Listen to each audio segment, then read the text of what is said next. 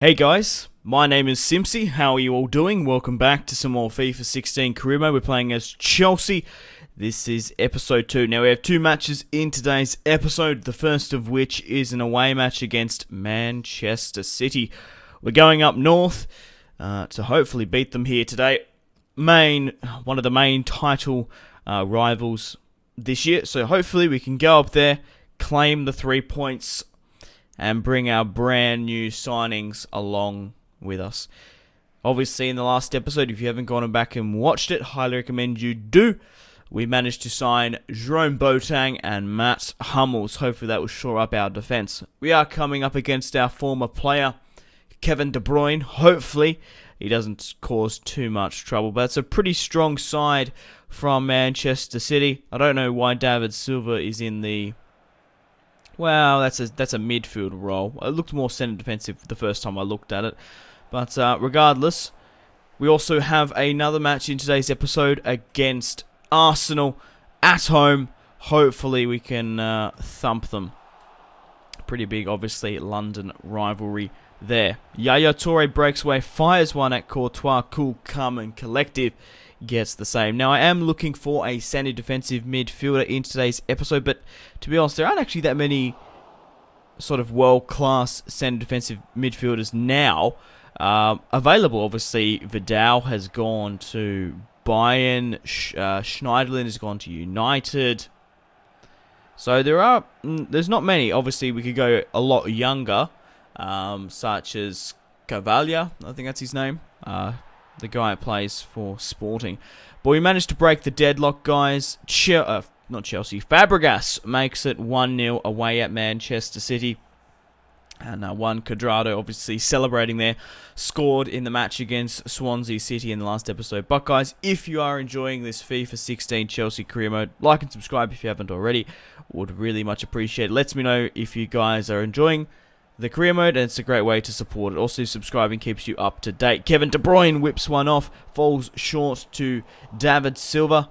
We managed to get it clear with a huge thump. In the 72nd minute, on the counter-attack, Radamel Falcao puts in an absolute perler of a ball. And then he goes back the other end and makes it 2-0, scores his first goal. And Diego Costa hasn't actually scored yet. So maybe Radamel, after his performance against Manchester City here today, might be on the knocking. He might be on the door saying, come on, you're going to have to let me play, Simpzy.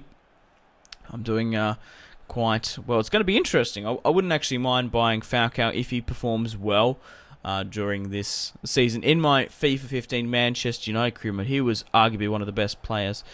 De Bruyne finds Sami Nasri, hits it near post, and Courtois parries. Oscar manages to get his shot off, coming fresh off the bench. We have a lot of attacking players, a lot of good players in this career mode. But from the corner kick, Juan Cuadrado breaks away, gets tackled in the box, and I don't know why, but corner kicks on this game are atrocious. You're better off playing it out to your, other player, trying to get into the box, maybe try and get a penalty like I did, or put it out to the centre and try whip it in.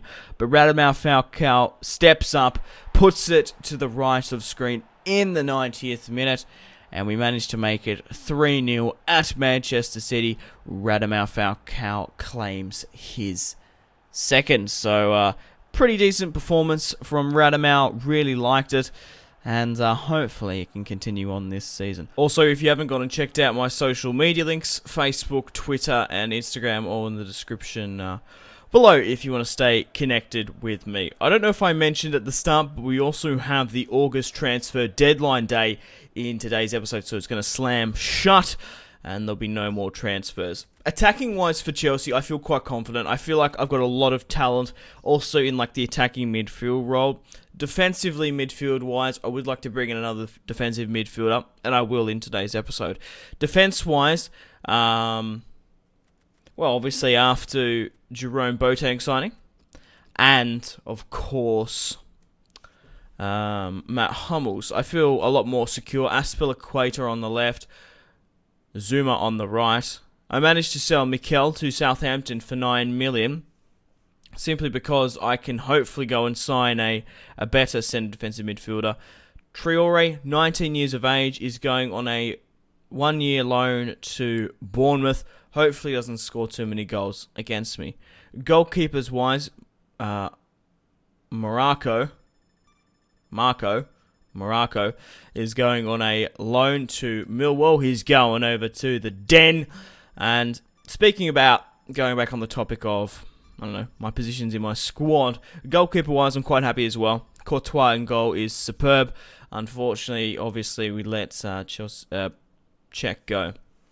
So, we need a defensive midfielder or a centre defensive midfielder.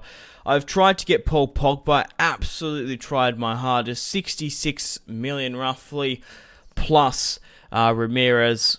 But the only really player we could get a world-class centre defensive midfielder now was Sergio Busquets.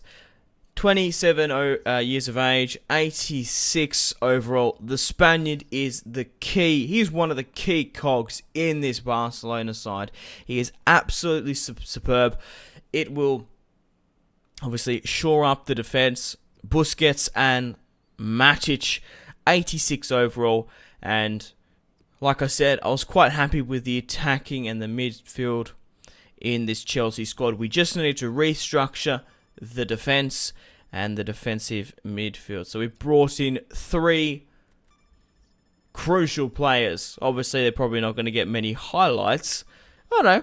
Busquets could get a goal and nick a goal here or there. But yeah, there's just not many centre defensive midfielders available. Couldn't really get Kroos or Modric, and they're a little bit old. But Sergio Busquets in that Barcelona squad is so just underrated. He is the cog, essentially, and I think he's going to be superb. And it also gives some more Spanish influence into the side. We've got a lot of Spaniards. Now, a huge development has happened. Manchester City, God knows why, they sold Sergio Aguero for 91 million to Borussia Dortmund. And after that sale, they snapped up Thomas Muller for 90 million. So, Manchester City have sold Aguero and brought in Muller, which is quite interesting. So we're going to be seeing Muller up front a lot more. But this is the side I'm going to be going with throughout the season after the window has slammed shut. Still the 4-2-3-1, Fabregas at the cam. Obviously, the newly signed players, Busquets, Jerome Boateng and Matt Hummels in the centre defensive midfield and defence. My mistake. Also, we have this squad report here today. You're most welcome to pause and have a look at your favourite players in depth. Stats. Not too many players have gone up in stats just yet. But Diego Costa has gone up a +1. Asmir Begovic, he's a pretty decent backup goalkeeper as well, of course. Atsu on loan, Traore both on loan at Bournemouth. But the top goal scorer of the Premier League is Harry Kane on 5 goals, followed by Stoke City's Diouf and Yaya Toure from Manchester City. But guys, we have the final match in today's episode against Arsenal at Stamford Bridge. So let's see what Arsenal are lining up with. They are playing a 4-2. It's like a 4-2-3-1. Giroud up front, Özil in the cam, Sanchez, Walcott on the left and right, Verratti and Coquelin in the centre defensive midfield. They are not playing Peter Cech. They have Ospina in goal, Debuchy, Monreal, Mertesacker and Gabriel Palista in the centre defensive roles. Interesting to see how Verratti will perform here today. Also, Fabregas facing his former side, but it was the main man up front, Diego Costa from the corner kick. It gets played out to the player, then centralised in front of goal. Hits it just outside the box and makes it 1-0 at Stamford Bridge against Arsenal. Huge development. Sergio Busquets gets a ball from Diego Costa. He thumps it with his left, pushing up the pitch, determined to score on his debut, but it just went wide. Sergio Busquets was pushing up the pitch quite nicely, but from the corner kick again, Hazard tries to play it out, gets tackled in the box, and it is a blatant penalty I don't know why the AI always tries to swipe you like that, but this corner kick tactic is working out superbly. Eden Hazard steps up, cool, calm and collected, whips it to the left of screen and makes it 2-0 just before the 45th minute at Stamford Bridge. And we're doing well. We're having a pretty decent claim to the start of the season. God knows why Arsenal aren't playing Peter Cech. You'd think it'd be quite different. Alexis Sanchez tries to whip it in and nearly finds Giroud, spills out to the side. Fabregas plays through Diego Costa, one-on-one with Espina, manages to put it wide. Radamel Falcao, fresh off the bench in the 80th minute, one of the last highlights of the match.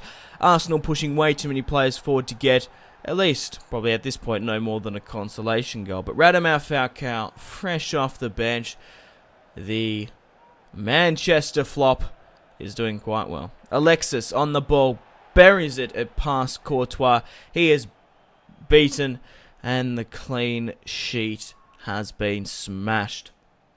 But guys, I'm going to end the video here. Thank you very much for watching. Remember to have a fantastic rest of your day. Take care of yourselves, and look at Radamel Falcao's second goal from outside the box. That is probably one of the best goals I've scored in this Chelsea career, mate. A superb finesse curling around Ospina. But like I said, I reckon the scoreline would have been very different if Peter Cech played. But once again, have a fantastic rest of your day. Make sure to take care of yourselves. Stay tuned for more content on my channel. My name has been Simpzy. Goodbye.